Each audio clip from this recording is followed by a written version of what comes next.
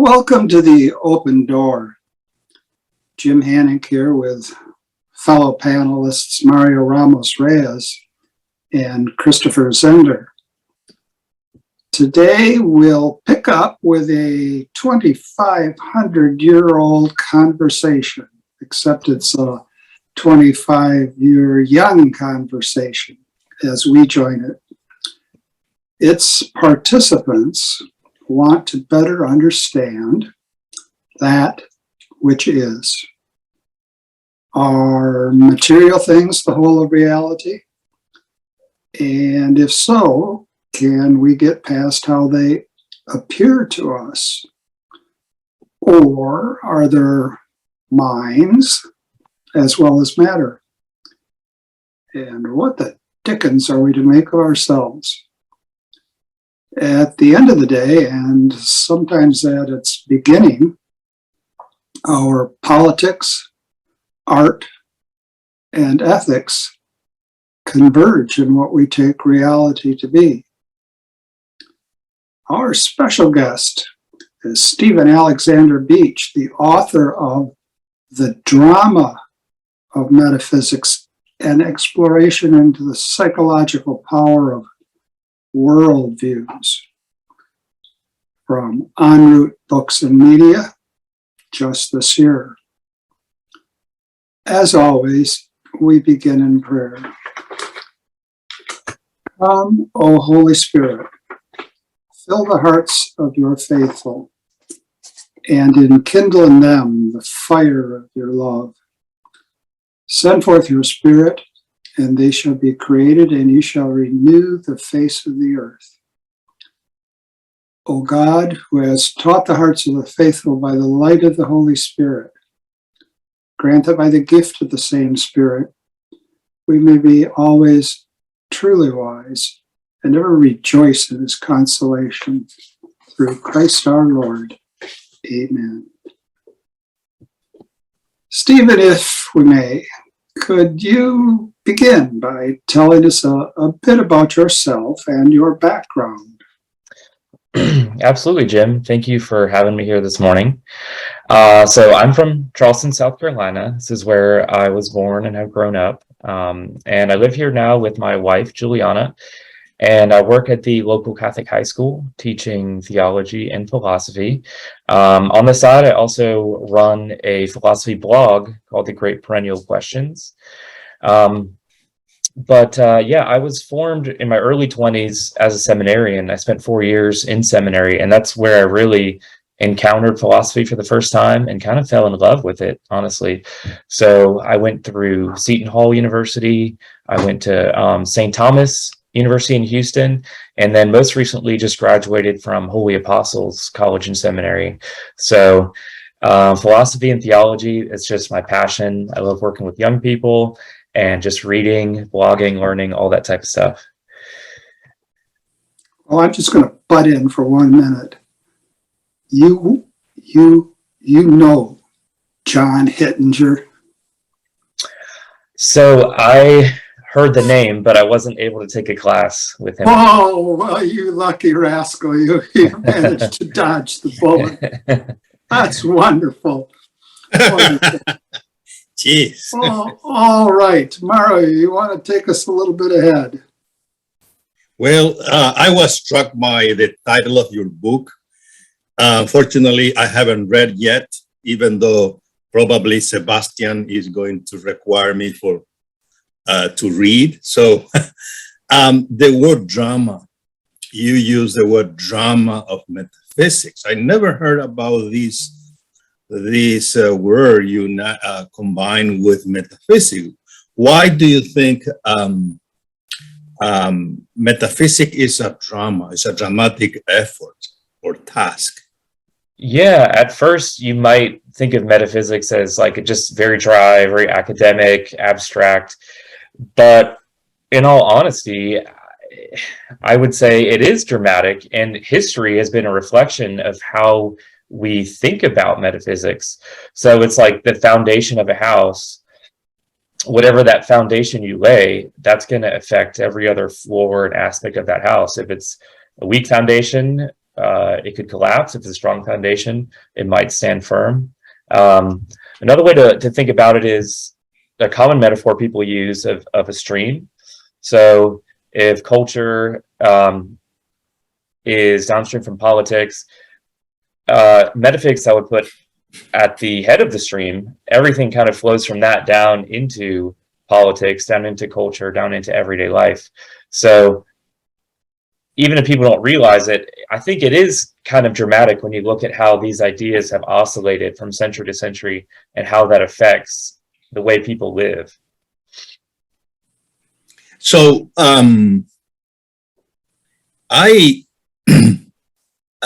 let's put it in this way: if politics is something, an activity, or we can go further than that, that build a common good, then behind that there is an assumption, a metaphysical assumption. And today we are witnessing not a metaphysics, rather than a lack of metaphysics, which show how we live. Am I correct in my assessment? Yeah, so the 20th century is very dramatic, and that's 21st. kind of what and the 21st. That's what I kind of focus on in my book, this shift away from what I call metaphysical theism to ideologies of materialism. And that shift is where all the drama takes place, because a worldview or metaphysics is all encompassing. So that means if that changes, we have to change how we think about, as Jim mentioned, politics, art, the way we interact with our neighbor, economics, everything really. So yes, I think that's the drama right now, is we're in the age of materialistic ideologies, and not just in the sense of like materialism, like consuming things, but in a philosophical sense of we reject any notion that there's more to life in the physical realm. Thank you. Christopher, what do you say? Well, I have a question. When the town I used to live in, California, had a bookstore. It was called Windows of Light. It was a New Age bookstore. And they used the term metaphysics too. I suspect that when you use the term metaphysics and they use the term metaphysics, you're talking about different things. I don't know if you bring crystals into this at all.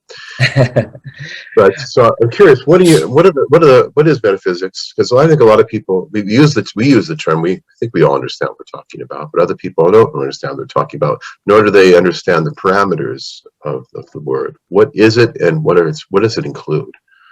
Yeah, so it was a word that was first formalized by Aristotle, and the way he defined it was a study of the ultimate causes or an origin of everything else.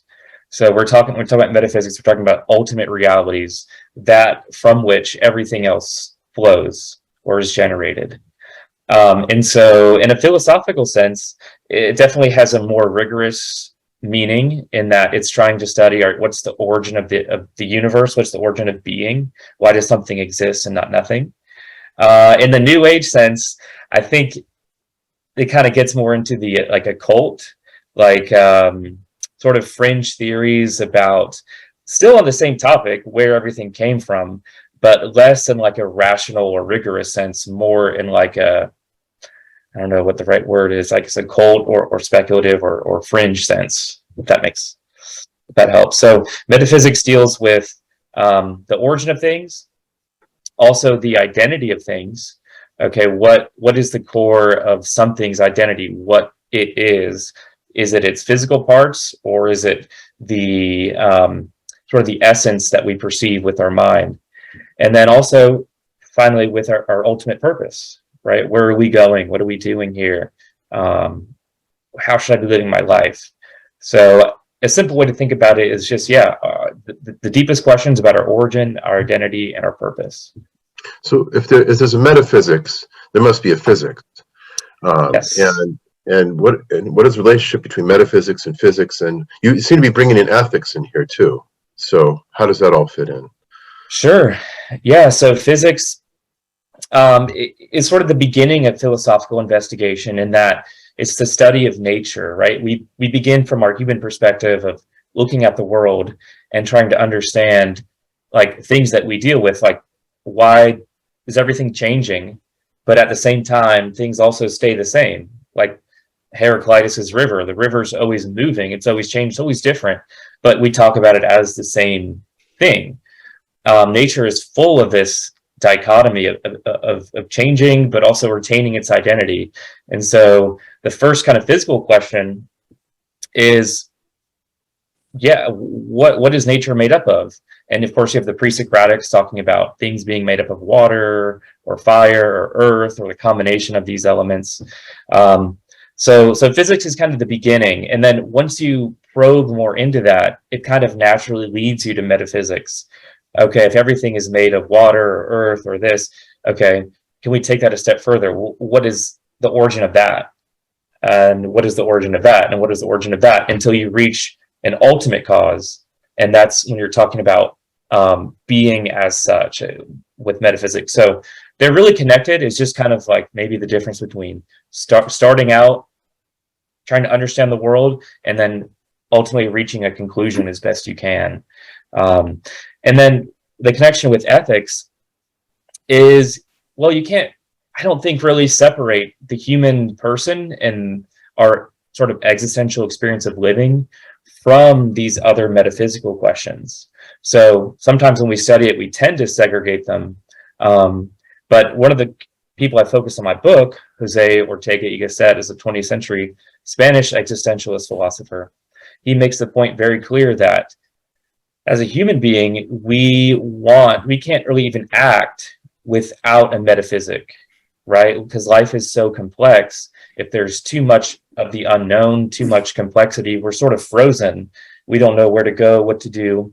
He talks about life being disorientation at its beginning. We have this disparate set of experiences, but then as a human, we're longing to try to unite those and bring them together.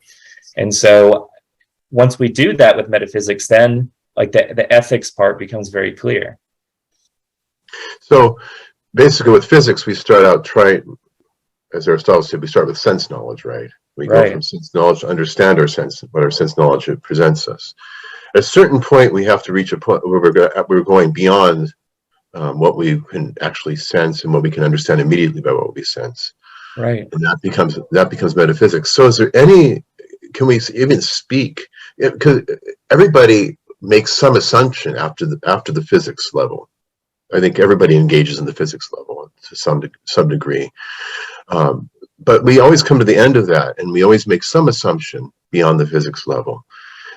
Isn't even if there's a denial of that there's anything beyond the physical, beyond the material, isn't that in itself a metaphysics? Yes. Okay. And I think that's a great observation. And I wanted to introduce something, what I call the problem of incomplete information. So I think sometimes atheists try to present us believers or metaphysical theists or whatever as, okay, we have the assumptions that we're working with, that God exists, that we have a soul, X, Y, or Z, and that they're the ones who don't have any assumptions. Okay, they just have science. But when you probe a little bit deeper, you begin to see that atheism is just as much a faith, or it has axiomatic presuppositions that can't be proven, just as Christianity. And so, yeah, the problem of incomplete information. So imagine you have a set of points. Okay, here's point 1 and here's point 10. Okay, and you're confident about knowing point 1 and point 10, but you don't know points 2 through 9. You don't know how 1 gets to 10. Okay, so what do? Like I mentioned before, as humans, we want to complete the picture. Okay, but we don't know, let's say if these were just a line and a set of points, if the line goes up and comes down to 10, maybe the line goes down and then comes up to 10, maybe it's a zigzag. Okay, so we know 1 and 10, we have to make some presuppositions to fill in how we get from 1 to 10. And so in a lot of ways, that's what a worldview is. We know some things about reality, but there's a lot of things we don't know. And so we want a coherent view of the whole picture. And so the materialist says, well, all there is matter and energy. Okay, you can't prove that. You definitely can't prove it scientifically. Okay, but they work off that assumption. Okay, and so the way they explain point 1 to 10 is taking a given, all that exists is matter. Now, I ran into this problem. So a few years ago, I got involved with the Discovery Institute in Seattle. I don't know if you're familiar with them, but it's a group of scientists and philosophers that work off the simple presupposition that the universe has an intelligent design behind it, or there's an intelligence or design in the way things work. Very, very simple. So it brings in all different types of people, but that's kind of the premise that they work with. And so I went out there one summer to participate in a summer seminar, and it's very interesting. A lot of these questions of evolution face the same problem. So we found this fossil, okay, or we know this about a species, okay, but we don't have anything in between. Okay, so how did this get to this? Well, depending on the presuppositions that you take, okay, if you're a naturalist, a materialist, you're going to say, well, of course, like there is a step-by-step evolution that must have happened to get from here to here. Okay, but you don't necessarily have that proof. All right, that's a conclusion based off your assumption. So yeah, that's the problem of incomplete information. I think it goes back to that, and I think they're working off just as much of a faith-based thing as I would argue ours is even less faith-based or less fideistic than theirs is. Well, yeah, if Aristotle was engaged in metaphysics, it wasn't faith-based. Right. So that would be a question. Is it just is our metaphysics just plausible assumptions that we make in order to explain reality, or is there actually something, use the term scientific in the proper sense, where there's a demonstration where you can actually, as I say, prove, say, the existence of a first being? Yeah, I think it's some of both. So I like to think about it maybe, okay, so imagine being in a dark room, okay, and you have a candle, and that candle shines a little bit of light around you. Now, over time, more people come into the room with more candles, and so the light begins to grow and the darkness kind of recedes, and you begin to see what's in the room. Now, depending on where you are in that timeline, there still may be some dark corners because you don't have enough light yet to see what's there. And so I would argue that, in the Aristotelian scientific sense, when we come to clear conceptions of things and we have proper formal logic, we can know something with demonstrative surety. But that doesn't mean that we know everything yet. But there are some things that we know very clearly, and I think you would have a really hard time denying something like the principle of causality, for example. Okay, because in denying it, okay, you're denying the connection between any type of rational thought. Even the ideas you're using to deny it, you're denying that they have a causal connection. Okay, principle of non-contradiction would be the same thing. So there are some truths that are so fundamental that you can't question them without falling into absurdity or self-contradiction. Now, I would argue God's existence is demonstrably necessary, but it's hard sometimes to get people to the point where they can see that. Mm-hmm. Yeah, they need physics. Mario, did you have your hand up there, or were you making a bid at an auction? No, I have a question, but I at this point I don't remember exactly. But this is my question. You talk about Ortega. Ortega talk about worlds. We live in a world, in an horizon, so close to what we may call phenomenology. So we begin with certain assumptions about reality, whether you are Aristotelian or you are Cartesian.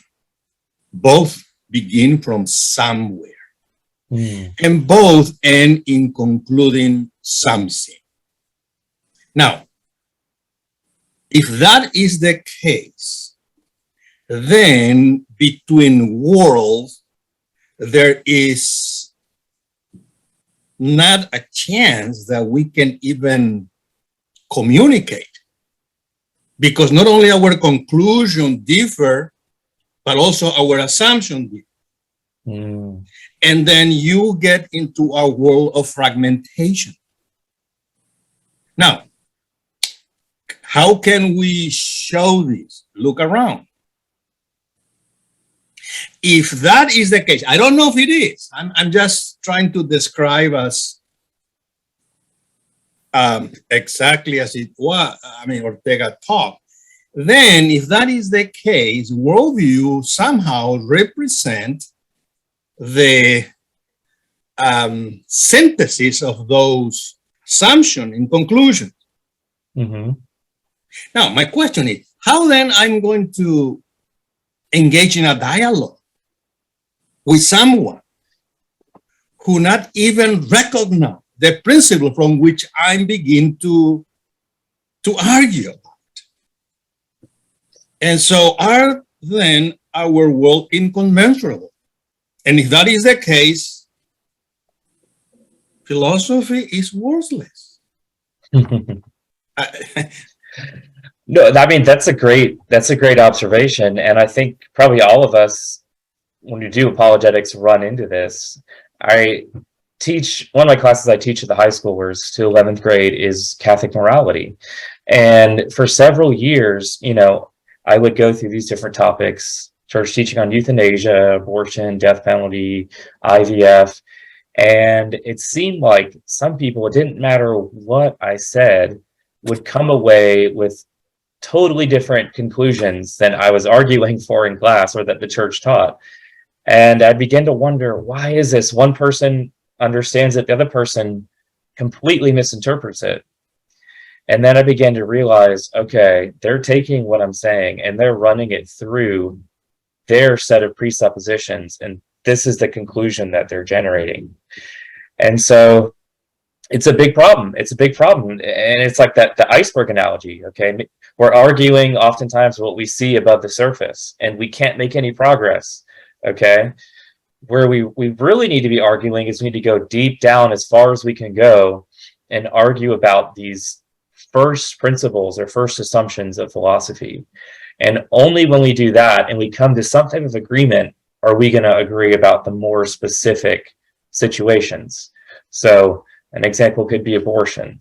Okay, we're arguing, the materialists say, okay, it's not a person, it's just a clump of cells. Okay, theists would say, no, okay, all of us are just a clump of cells, so that's all we are, none of us have value, right? There has to be something more, the identity of us, our soul has to be present. Okay, so I think most people would probably say life is valuable, but depending on whether you see if we have a soul or we're just a clump of cells, you're going to come to a different conclusion. And so we really need to be debating, do we have a soul, right? And if we do, how do we know? And what are the philosophical arguments for that? And so that was another reason why I felt kind of called to write this book, is maybe for apologetics, we need to start addressing these like really, really foundational issues to make some progress. Thank you. Here are a couple, three thoughts. First is just an observation. I think, Stephen, you'll agree that our thought has not crystallized. What do you mean? Well, back in the day, Christopher had a friend with a metaphysical bookstore that involved crystals, but Christopher refused to go in. And as a result, we're following his example. Our thoughts have not crystallized. So that's what you're dealing with. Now, another thought, this one I hope is a little bit more substantive. A lot of people would say, well, I don't know about philosophy. I know this, though. I never even took a course in physics. And look here, you're telling me I have to do metaphysics, and that's based on physics, and you can't deny it. Physics is based on math, and I never took algebra 2, and this whole thing is getting away from me big time.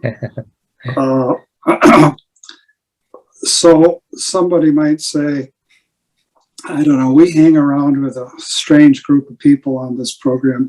Somebody might say, well, that's all right. I mean, it's great if you do take algebra 2. And by the way, Plato said no one enters the academy unless he's a geometer.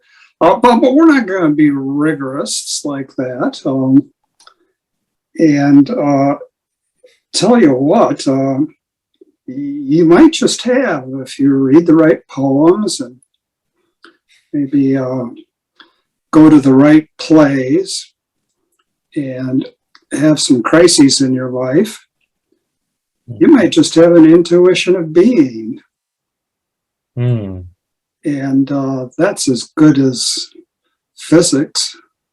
And if all you mean by physics is that you have sense experiences, well, okay, that's fine. You have to have sense experiences to read the right poems and participate in the right forms of theater and have some life crises. But what's really crucial is you have an intuition of being.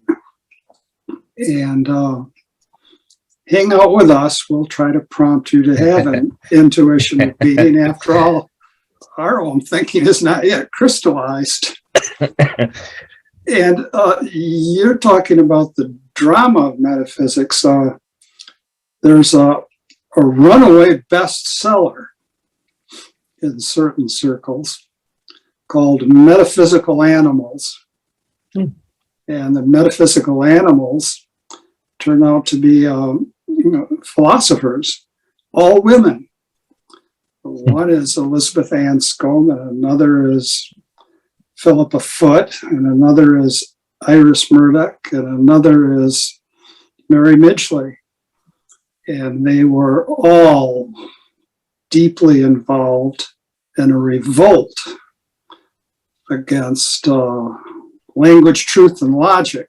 That is to say, the logical positivism that ran things for such a long period of time.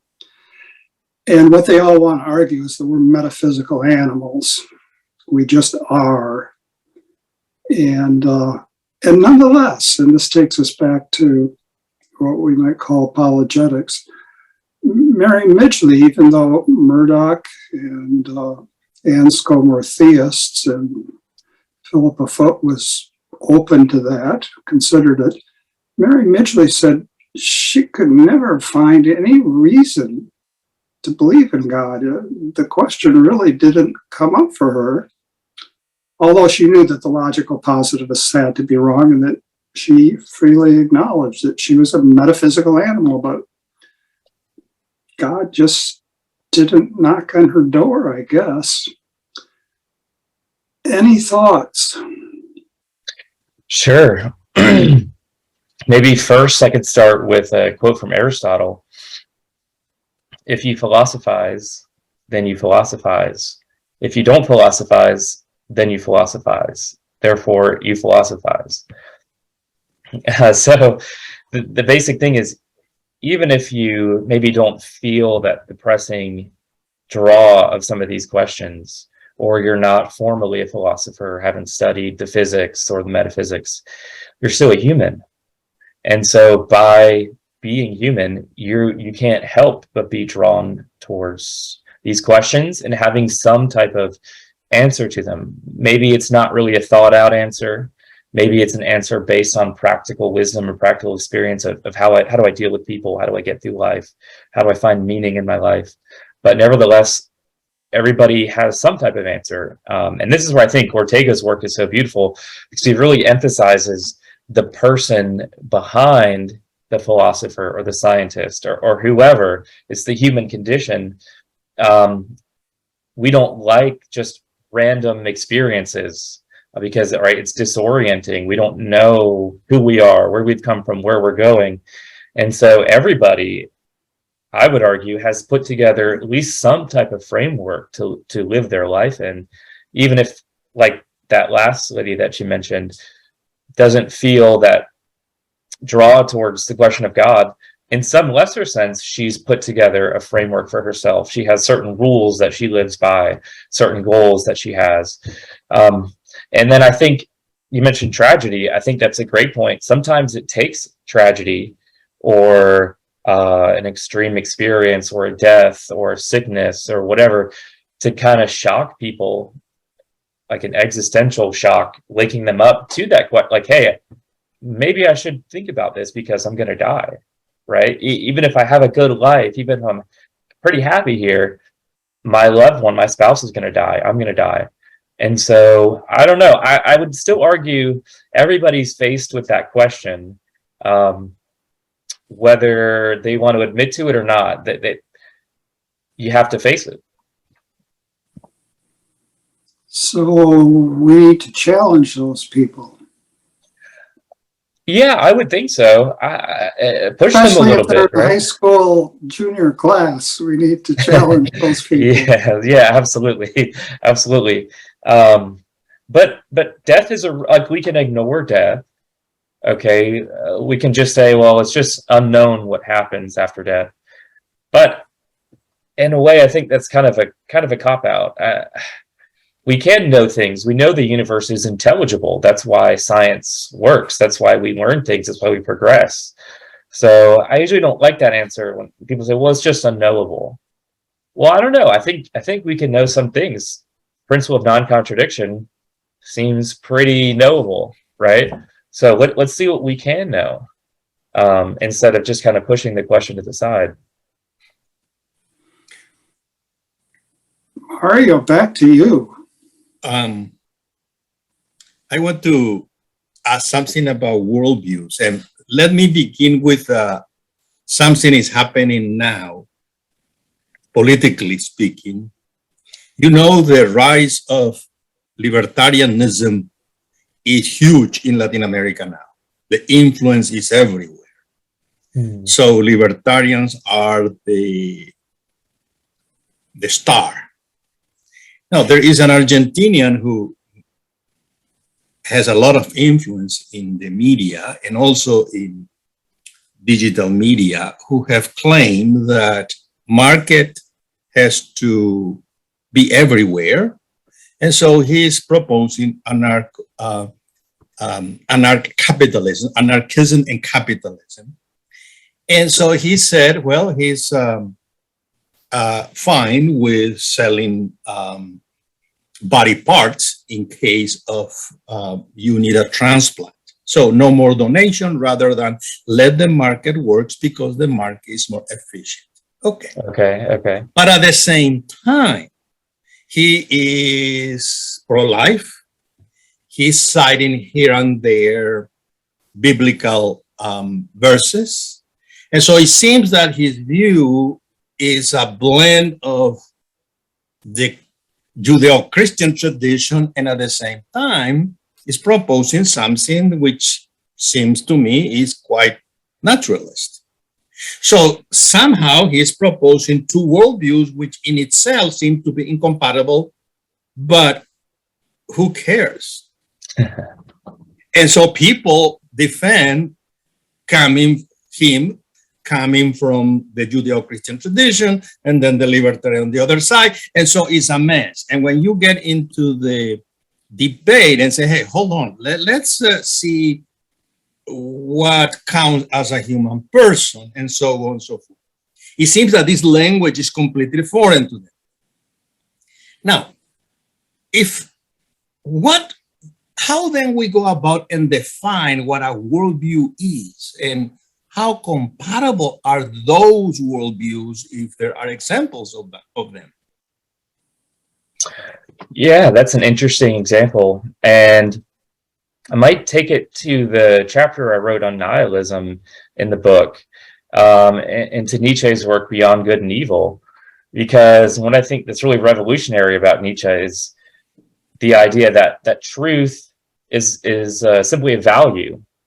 Okay, you might value logical consistency or abstract truth or coherency, but he would argue you could also just as much value passion and will and desire and bodily gratification. And so a lot of these ideologies or worldviews, Nazism, which I was also talking about in the book, communism, they don't actually believe that truth is something inherent in things. And so that's again why they're materialist philosophies. Everything's in flux. There's no identity, a metaphysical identity or essence to things. And so, well, truth is whatever I form it to be, or I can convince people that it is, or I can start a revolution to have people think that it is. Okay, and so first I would probably go to him and see what he thinks about that. Does he believe that truth, there is a truth, objective truth in things, or is everything totally, malleable to be socially engineered? Now, if he believes that there is a truth in things, then I would probably go that route and point out to him, hey, there's a logical inconsistency here between this extreme libertarianism, capitalism, but then also, Christian humanism and Christian ethics, like that, and they're not reconciling those things, and you have a disconnect, and you have to fix that.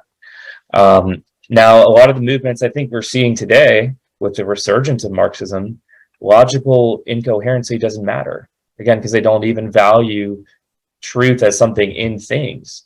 And so, like with the gender ideology stuff, a lot of them, they can't really talk a lot about it because logically it's not coherent, but that doesn't matter to them.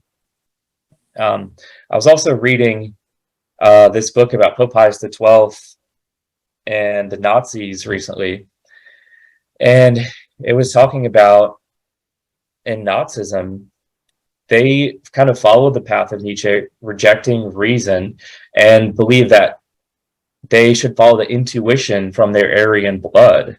That's what truth was to them. So you could logically tell them, hey, no, what you're saying is wrong, and here's why, X, Y, or Z. But that doesn't matter, because truth is that intuition they've received from their heritage, something different. So yeah, I mean, you kind of have to identify that sort of fundamental premise before you can go anywhere, I guess I'd say. More work to do. Christopher. Yeah, I was I'm interested in what you said about the worldview today. I mean, what they call postmodernism. It seems to me the assumption behind postmodernism is that all truth claims are merely power claims. Mm-hmm. And that's something that is it seemed almost insurmountable in terms of conversation, right? I mean, where do you begin with someone who makes that claim? And because it seems like they've shut themselves off completely right from the beginning to any kind of pursuit of truth. Right. And one of the ways maybe I'd go about it is to try to show the absurdity of where those beliefs lead to. Like materialism, if you're logically consistent, how can you say that social Darwinism is wrong? A lot of people today, it's unpalatable for them, and so they try to say, well, it's obvious it's wrong, it's obvious. But is it? If you're truly a materialist, you don't believe that things have metaphysical identity, everything is the survival of the fittest, okay, and this progress, which doesn't care about Christian ethics or humanism. How is social Darwinism wrong? And I don't think they probably would like to admit that, but there's some absurdities when you accept some of these premises. I don't know. What do you think? Well, yeah, I mean, yeah, it's absurd, but I'm going to be a postmodernist. I'm going to say, well, it doesn't matter whether I can explain it. What I favor is what's good for me and mine. That's where I think we're coming down to that point where that's with like abortion. It doesn't really matter whether it's a human life or not. It's what works for the woman, right? What works for my race, my socioeconomic group. social Darwinism is bad for me, so I'm opposed to it. I think that's really, I don't know if they would always explain it that starkly, but I think that's what is actually lies behind it. And Yeah, and so I guess I would argue to that, you can try to socially engineer humanity. You can try to mold things into this new image where there is no objective truth. Everything's just power. But I think at the end of the day, you're going to end up with the 20th century. You're going to end up with these horrors because you're trying to act as though these truths aren't real, but they are real. And so you have to impose this new ideology by force and by manipulation and by genocide and by dividing people and by causing strife and by all these different horrible things. And so I guess I would argue at the end of the day, you can live like this for a while, but you're going to end up collapsing some of the structures that make society livable. And hopefully the next generation will come with a fresh mind and be able to see, hey, we have to return to something like, yeah, everybody has equal dignity. So, yeah, what do you respond? yeah, I guess you could say that, but I don't think they'll see it because they'll say, well, we'll establish things like compassion, and I just got done reading Aldous Huxley's last novel, Island. I don't know if it's all just Buddhism or some quasi kind of Buddhism, but that's what he basically establishes. This island was this utopia, and so everything in it is basically based upon certain principles that he holds, and which he just develops, of course, as you can in a novel, in the best light. So yeah, and that's another thing too. Like I would wonder when you get into metaphysics, when you can start to talk about things like Buddhism, which seems to deny all dualisms, right? You're getting into metaphysics there, which seems to almost preclude reasoning, isn't it?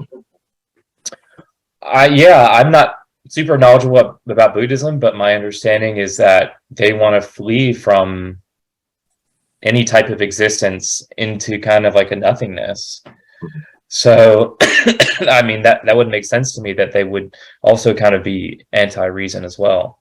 Well, you see, you just have to hang out more and more New Age bookstores with crystals.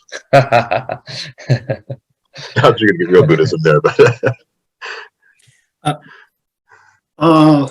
Gosh, this is really encouraging. Shouldn't we, at some point, recognize that while human nature is fundamentally good, it's been terribly undermined, and it's being undermined is oftentimes very clear in our inability to engage in sustained reasoning. And we know from the Vulgate that our enemy is tam quam leo rugiens.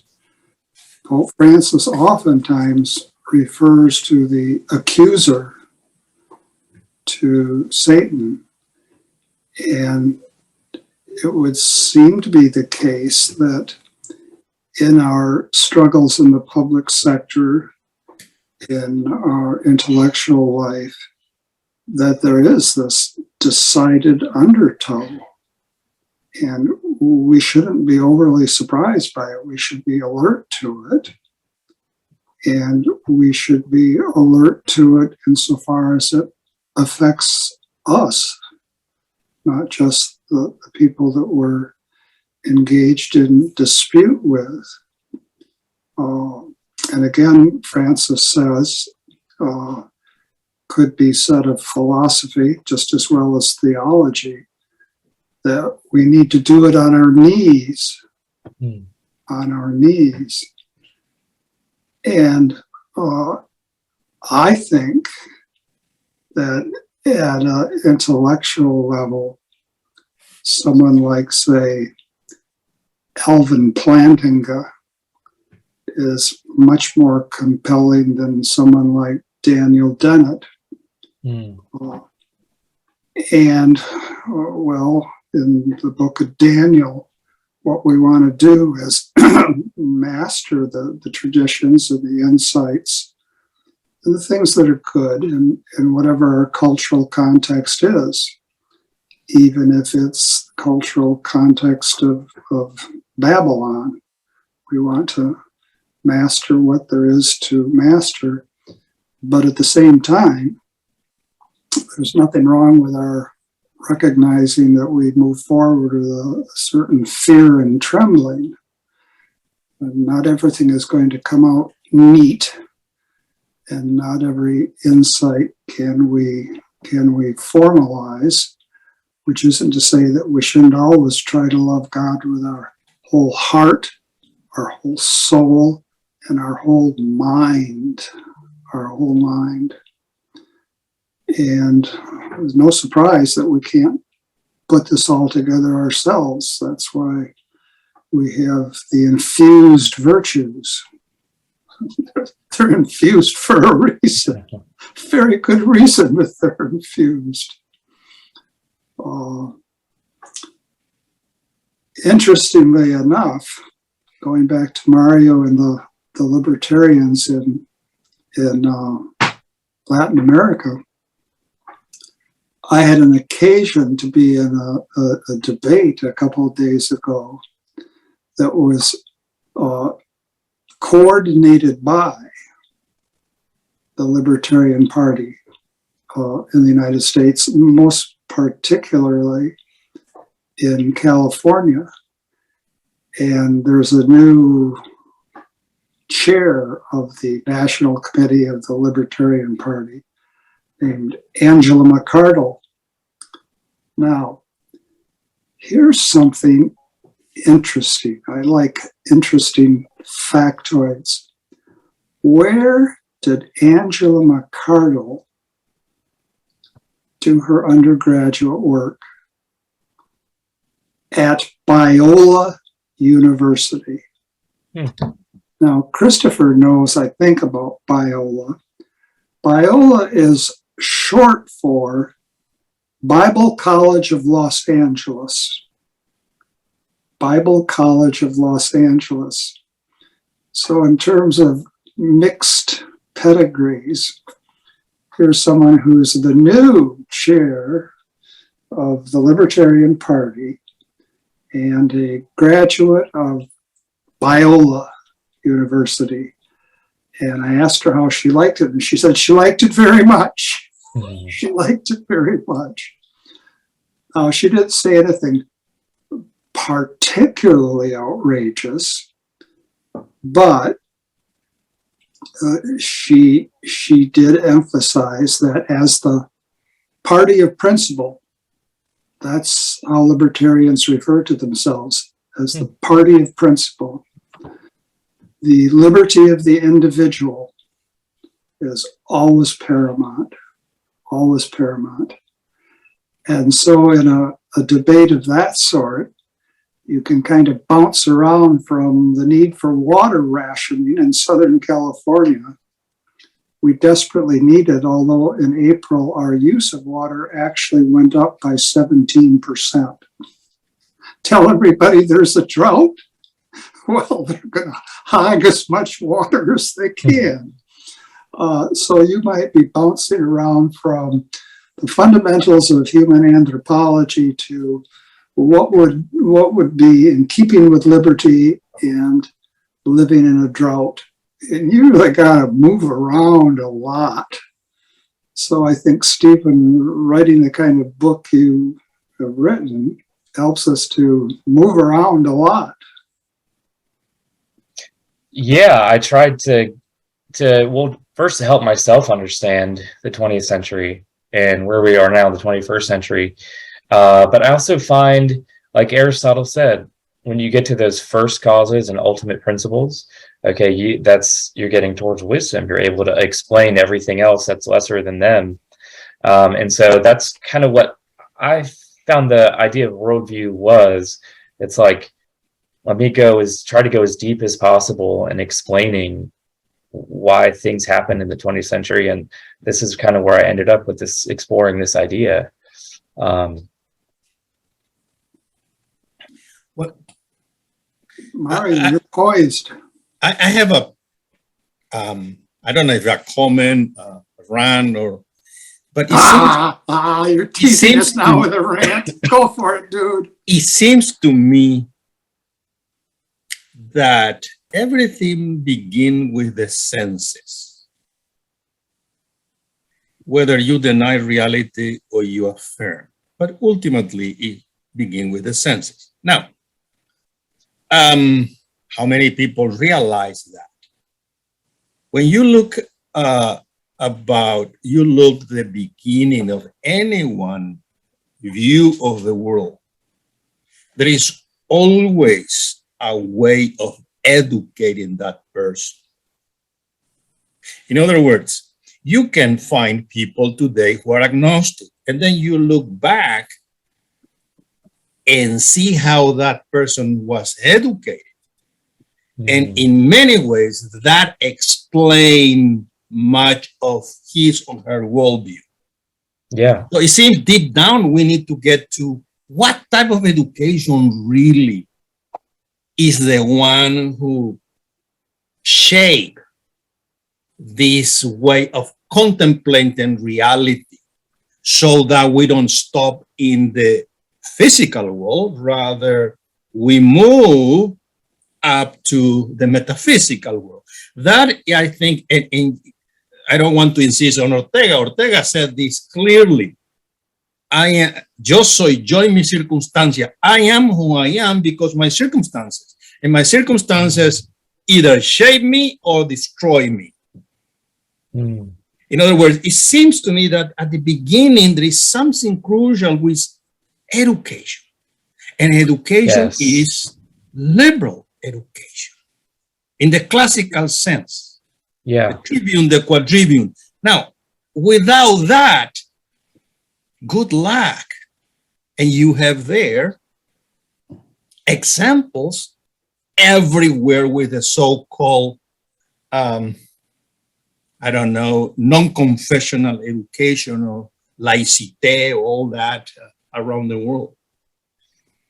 Yeah, I think that's incredibly important. And that's why I think if you look at a lot of these ideologies, Nazism, communism, whatever, gender ideology, how do they impose themselves? How do they get people to think like that?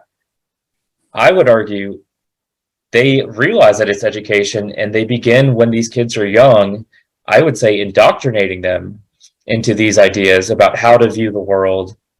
What is the meaning of everything? What is your identity? Where do things come from? And thereby setting them into this worldview on this track.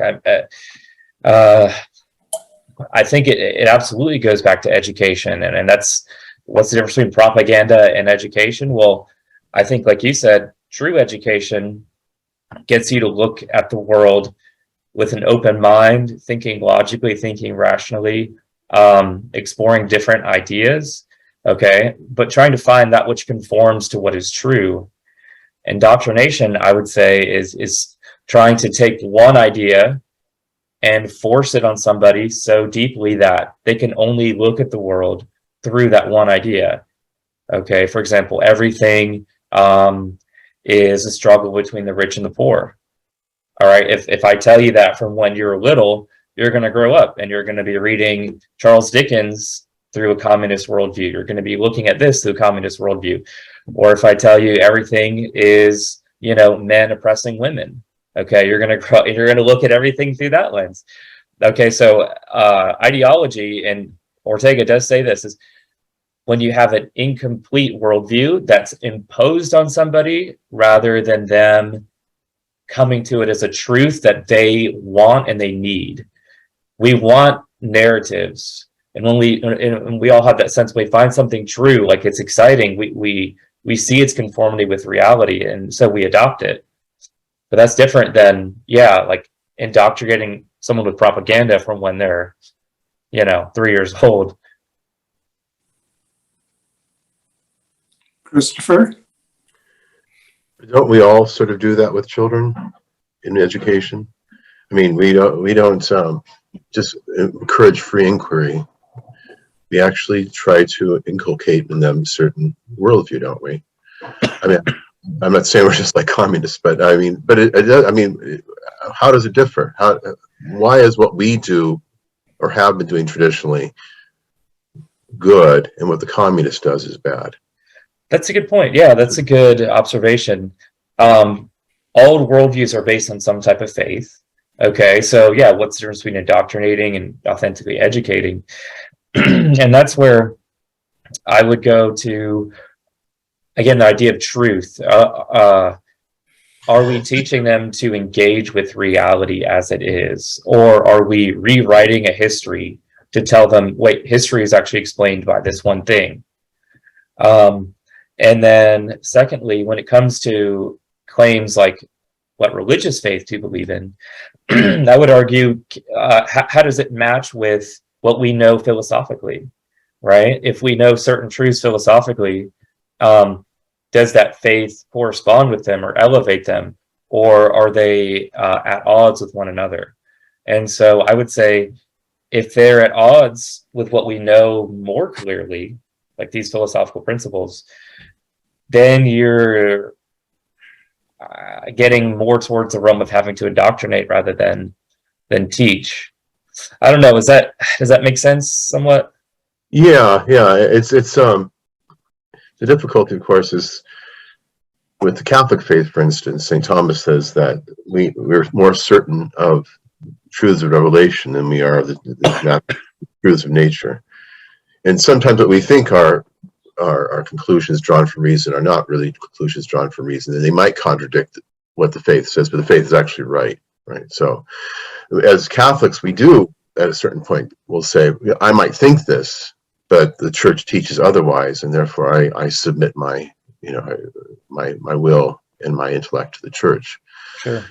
That seems different than indoctrination, but it's I mean, somebody could look at that and say, well, that's just the ultimate indoctrination. You're just enslaving your mind to this institution to think what it tells you to think. I guess if you want to put it in those terms, you could say everything is indoctrination, but as a parent, I want to try to indoctrinate you with the most correct indoctrination. Right. Well, yeah. As far as I can tell.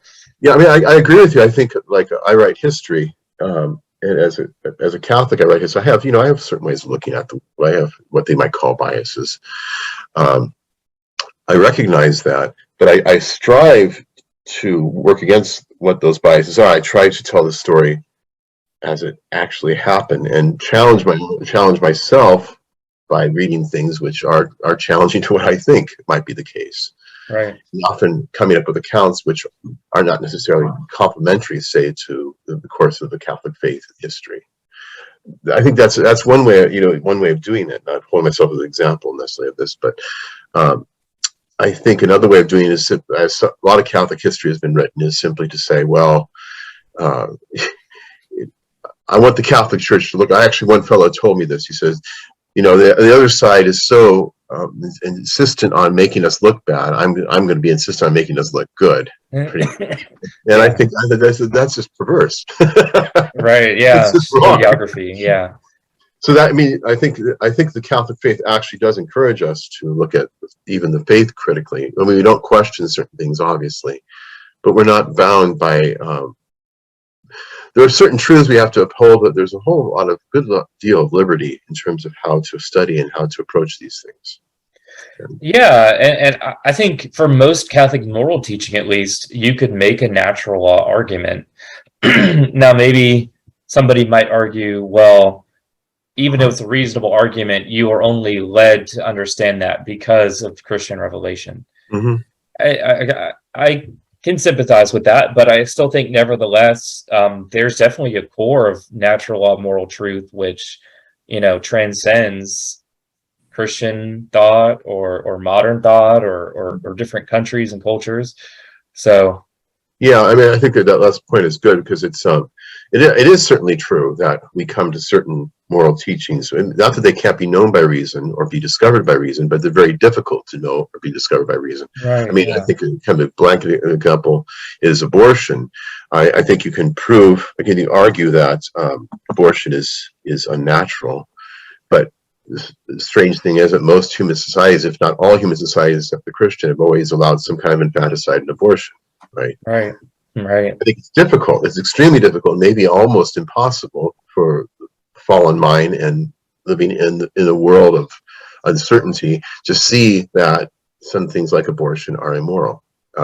It's so we need the faith to actually clarify certain moral truths. It seems to me, at least, and then we have to be assiduous in our attempts to try to understand what the faith teaches as a natural truth by using natural reason. Yeah, certainly makes it easier. Yeah, to have that faith guiding reason. Right. Let me toss in 3 thoughts, and then I think Mario's probably watching the clock. We're probably getting fairly close to the end. Thought number 1, with regard to being educated in the right community, and of course, telling the truth about that community. We have the Old Testament. That's what we Christians are educated in, educated by, and the truth can be bleak. The truth is told about the people of God before the coming of Christ. And there's no mythologizing, there's no glossing over how terribly broken the people of God were in anticipation of the coming of Jesus. That's one thought. That's our first community, our go-to community. Another thought, fast forward. The woman whose name is Mary, and I want to say McAnee, but I don't think that's right, was the premier political figure in Ireland, and who recently completed a doctorate at one of the Roman universities.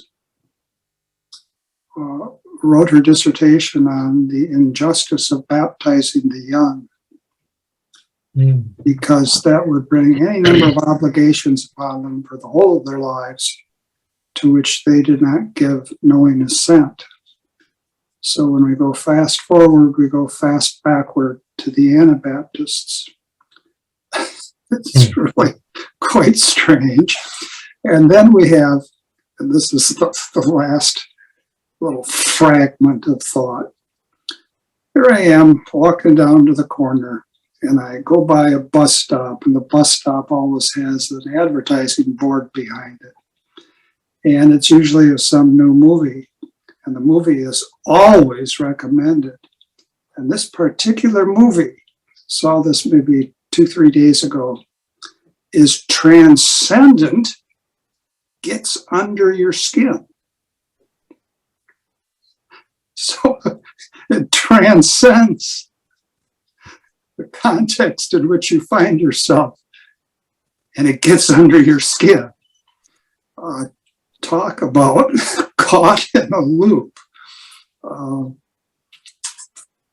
Steady work, that's what we've got, steady work. Mario, concluding thoughts. Well, I don't know. I think it comes down to education. That's my view, and it's not easy in this juncture in the 21st century. I think the battle is about education and the family. all begins there. And if that battle is lost, you cannot gain anything in politics. It's good because you're not going to have people who really propose anything because they haven't learned much. And so we are engaged sometimes, and we trust politics and change the constitution. We make amendment here and there, but the foundation is cracking. That's my hopeful, not that hopeful conclusion. Stephen, Mario's just authored a book that he claims he's going to send to us called Philosophy in a Mysterious Time. Okay. And I predict that there's going to be volume 2 as things get more mysterious. Let me just comment. Indeed, I have a book which is going to come out in August, probably. And there is a quote at the beginning of the book. It's about the book, the title is In Search of Republicanism in the context of Latin America in general, which has a very specific connotation and so on. But there is a quote written by one of the most important, I think, scholar. He was a jurist in Latin America, 19th century. He was a classical liberal to some extent, but still carried over his shoulder a classical education. And he was a Catholic.